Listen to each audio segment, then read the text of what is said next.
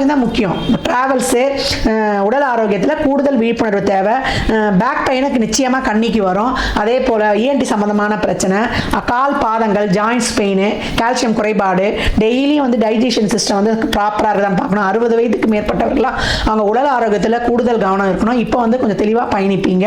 அதே போல் அலோபதி மருத்துவம் உங்களுக்கு வந்து குறைத்து கொள்ளணும். ரொம்ப எமர்ஜென்சினா தான் இருக்கணும். மற்றபடி இலை தலைலாம் அரைச்சி குடிச்சு நல்லா வந்து நம்ம இயற்கை வைத்தியத்தை மேற்கொள்ளும் கண்ணி ரொம்ப ஆரோக்கியத்தில் அதிரடி கலப்போம் அப்படின்னு வந்து சொல்லலாம். இந்த காலகட்டம் அவங்க ஆரோக்கியமும் ரிலேஷன்ஷிப்பும் ஒரு எந்த ஒரு காரியத்திலும் ஒரு தடையை தான் எதிர்கொள்றாங்க. அதற்கு இந்த வழிபாடே வந்து போதுமானது அப்படின்னு வந்து சொல்லலாம். கன்னி வெற்றியின் பாதையில் ரொம்ப சிறப்பாக வந்து ரெட் கார்பெட் போட்டு பயணித்துக் கொண்டிருக்கிறது. 26 கன்னிக்கான வருடம்.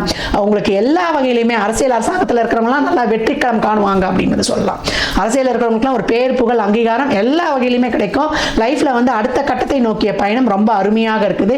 எல்லாமே வந்து லேசா கிடைக்குமானா கஷ்டப்பட்டு உழைத்து உங்கள் உழைப்பு வந்து அதற்கு ஒரு அதிகப்படியான பலனை தரும். எவ்வளவுக்கு எவ்வளவு உழைப்பு போட்டு வேர்வையை சிந்துறீங்களோ அவ்வளவுக்கு அவ்வளவு உங்களுக்கான நன்மைகள் வெகு விரைவாக உங்க கைமேல் பலனாக கிடைக்கும். உழைப்பை போட்டு இங்க சும்மா வரப்போறக்கூடிய காலம் இல்லை.